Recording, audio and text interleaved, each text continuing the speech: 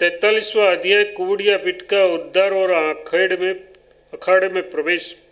श्री सुखदेव जी कहते हैं, काम क्रोधादि शत्रुओं को पराजित करने वाले परीक्षित, अब श्री कृष्ण और बलराम जी भी स्नानादि नित्य कर्म से निवृत्त हो दंगल के अनुरूप नगाड़े की ध्वनि सुनकर रणभूमि देखने के लिए चल पड़े। भगवान श्री कृष्ण ने रंगभूमि के दरवाजे पर पहुंचने पर देखा कि वहां महावत की प्रेरणा से कोडियापीठ नाम का हाथी खड़ा है। तब भगवान श्री कृष्ण ने अपनी कमर कस ली और घुंघराली लट अलके समेट ली तथा मेघ के समान गंभीर वाणी से महावतों को ललकार कर कहा, महावत ओ महावत, हम दोनों को रास्ता दे दो, हमारे मार्ग से हट जाओ। अरे सुनता नहीं, देर मत कर, नहीं तो मैं हाथी के साथ अभी तुझे यमराज के घर पहुंचाता हूँ। भगवान श्री कृष्ण ने महावतों को जब इस प्रकार धमकाया तब वह क्रोध से तिलमिला उठा और उसने काल मृत्यु तथा यमराज के समान अत्यंत भयंकर कोडियापीठ को अंकुश की मार से क्रुद्ध करके श्री कृष्ण की ओर बढ़ाया। कोलियापीठ ने भगवान की ओर झपटकर उन्हें बड़ी तेजी से सुंड में लपेट लिया, परंतु भगवान सुंड से बाहर सरक आए और उसे एक घूसा मारकर उसके पैरों के बीच में जा छिपे। उन्हें अपने सामने न देखकर कोडियापीठ का बड़ा क्रोध हुआ। उसने सुंद कर भगवान को अपनी सुंड से टटोल लिया और पकड़ा भी, परंतु उन्होंने बलपूर्वक अपने को उससे छुड़ा लिया। उसके बाद भगवान उस बलवान हाथी की पूंछ पकड़कर खेल खेल में ही उसे 100 हाथ तक पीछे घिसट लाए। जैसे गरुड़ सांप को घिसेट लाते हैं, जिस प्रकार घूमते हुए बछड़े के साथ बालक घूमता है, अथवा स्वयं भगवान श्री कृष्ण जिस प्रकार बछड़ों से खेलते थे, वैसे ही वे अपनी पूंछ पकड़कर उसे घुमाने और खेलने लगे। जब वह दाएं से घूमकर उसको पकड़ना चाहता तब वे बाएं आ जाते और वह जब वह बाएं की ओर घूमता तब वे दाएं घुमाते। इसके बाद हाथी के सामने आकर उन्होंने उसे एक धूसा जमाया और वे उसे गिराने के लिए इस प्रकार उसके सामने से भागने लगे, मानो वह अब छू लेता है। भगवान श्री कृष्ण ने दौड़ते दौड़ते एक बार खेल खेल में ही पृथ्वी पर गिरने का अभिनय किया और झट वहां से उठकर भाग खड़े हुए। उस समय वह हाथी क्रोध से जल भून रहा था। उसने समझा कि वे गिर पड़े और बड़े जोर से अपने दोनों दांत धरती पर मारे।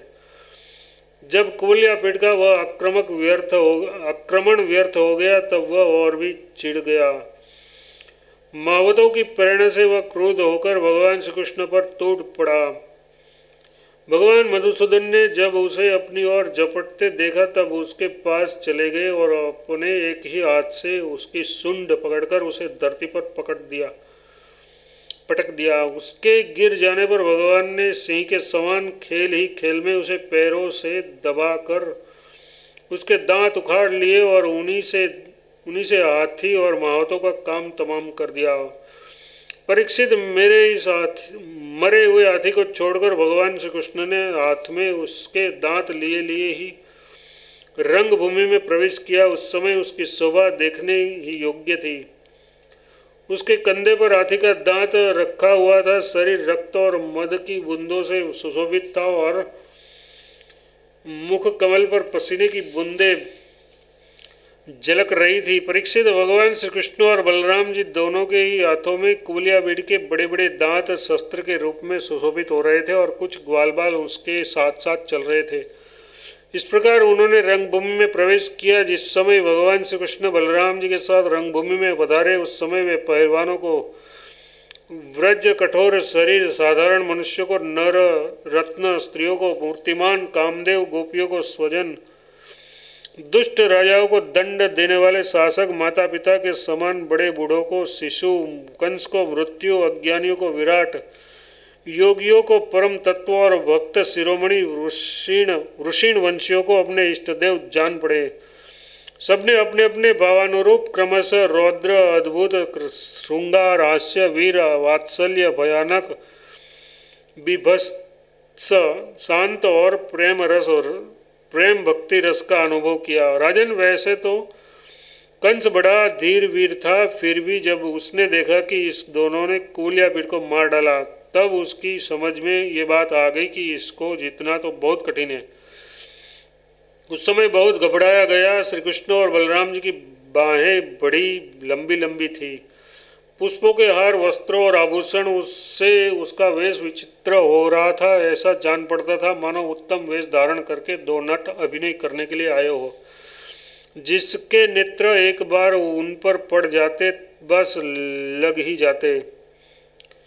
यही नहीं, वे अपनी कांति से उसका मन भी चुरा लेते। इस प्रकार दोनों रंगभूमि में शोभायमान हुए। परीक्षित, मंचों पर जितने लोग बैठे थे वे मथुरा के नागरिक और राष्ट्र के जन समुदाय पुरुषोत्तम भगवान श्री कृष्ण और बलराम जी को देखकर इतने प्रसन्न हुए कि उसके नेत्र और मुख कमल खिल उठे। उत्कंठा से भर गए वे नेत्रों के द्वारा उनकी मुख माधुर्य का पान करते करते तृप्त नहीं होते थे। मानो वे उन्हें नेत्रों से ही पी रहे हो, जिह्वा से चाट रहे हो, नासिका से सूंघ रहे हो और भुजाओं से पकड़कर हृदय से सटा रहे हो।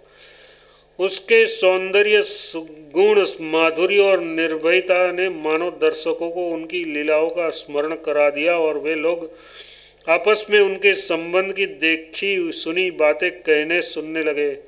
ये दोनों साक्षात भगवान नारायण के अंश इस पृथ्वी पर वासुदेव के घर में अवतीर्ण हुए हैं। अंगुली से दिखाकर वे इस सावले सलोने कुमार देवकी के गर्भ से उत्पन्न हुए थे। इस जन्म से ही वसुदेव जिन्हें उन्हें गोकुल पहुंचा दिया था, इतने दिनों तक ये वहाँ छिपकर रहे और नंद जी के घर में ही पलकर इतने बड़े हुए। इन्होंने ही पूतना, तृणावर्त, शंखचूड़, केसी और धनक आदि का तथा और भी दुष्ट दैत्यों का वध तथा यमलार्जुन का उद्धार किया है। उन्होंने ही गौ और ग्वालों को दावानल की ज्वाला से बचाया था। कालियानाग का दमन और इंद्र का मान मर्दन भी उन्होंने ही किया था। उन्होंने ही 7 दिनों तक एक ही हाथ पर गिरिराज गोवर्धन को उठाए रखा था और उनके द्वारा आंधी पानी तथा व्रजपात से गोकुल को बचा लिया। गोपियाँ इनकी मंद मंद मुस्कान, मधुर चितवन और सर्वदा एक रस संपन्न रहने वाले मुखारविंद के दर्शन से आनंदित रहती थी और अनायास ही सब प्रकार के तापों से मुक्त हो जाती थी। कहते हैं कि ये यदुवंश की रक्षा करेंगे, ये विख्यात वंश इनके द्वारा महान समृद्धि, यश और गौरव प्राप्त करेगा। ये दूसरे इन्हीं श्याम सुंदर के बड़े भाई कमलनयन श्री बलराम जी है। हमने किसी के मुंह से ऐसा सुना है कि इन्होंने ही प्रलंबासुर, वत्सासुर और बकासुर आदि को मारा है। जिस समय दर्शकों में ये चर्चा हो रही थी और अखाड़े में तुरी आदि बाजे बज रहे थे, उस समय चारुण ने भगवान श्री कृष्ण और बलराम को संबोधन करके ये बात कही। नंदनंदन श्री कृष्ण और बलराम जी, तुम दोनों वीरों के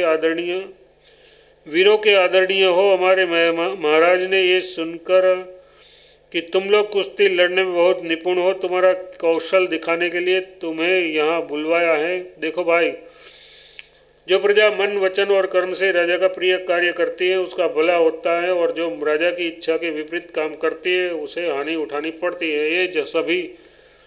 ये सभी जानते ही हैं कि गाय और बछड़े चराने वाले ग्वालिये प्रतिदिन आनंद से जंगलों में कुश्ती लड़ कर खेलते रहते हैं और गायें चराते रहते हैं। इसलिए आओ हम और तुम मिलकर राजाओं को प्रसन्न करने के लिए कुश्ती लड़े। ऐसा करने से हम पर सभी प्राणी प्रसन्न होंगे, क्योंकि राजा सारी प्रजा का प्रतीक है। परीक्षित, भगवान श्री कृष्ण तो चाहते ही थे कि इससे दो हाथ करे, इसलिए उन्होंने चारुण की बात सुनकर उसका अनुमोदन किया और देशकाल के अनुसार वह बात कही। चारुण, हम भी इस भोजराज कंस की वनवासी प्रजा हैं, हमें इसको प्रसन्न करने का प्रयत्न अवश्य करना चाहिए, इसी में हमारा कल्याण है। किंतु चारुण, हम लोग अभी बालक हैं, इसलिए हम अपने समान बल वाले बालकों के साथ ही कुश्ती लड़ने का खेल करेंगे। कुश्ती समान बल वालों के साथ ही होनी चाहिए, जिससे देखने वाला सभासदों को अन्याय के समर्थन होने का पाप न लगे। चारुण ने कहा, अजी, तुम और बलराम न बालक हो और न किशोर, तुम दोनों बलवानों में श्रेष्ठ हो, तुमने अभी अभी 1000 हाथियों का बल रखने वाला कुबलयापीठ को खेल ही खेल में मार डाला। इसलिए तुम दोनों को हम जैसे बलवानों के साथ ही लड़ना चाहिए, इसमें अन्याय की कोई बात नहीं है। इसलिए श्री कृष्ण तुम मुझ पर अपना जोर आजमाओ और बलराम के साथ मुष्टिक लड़ेगा।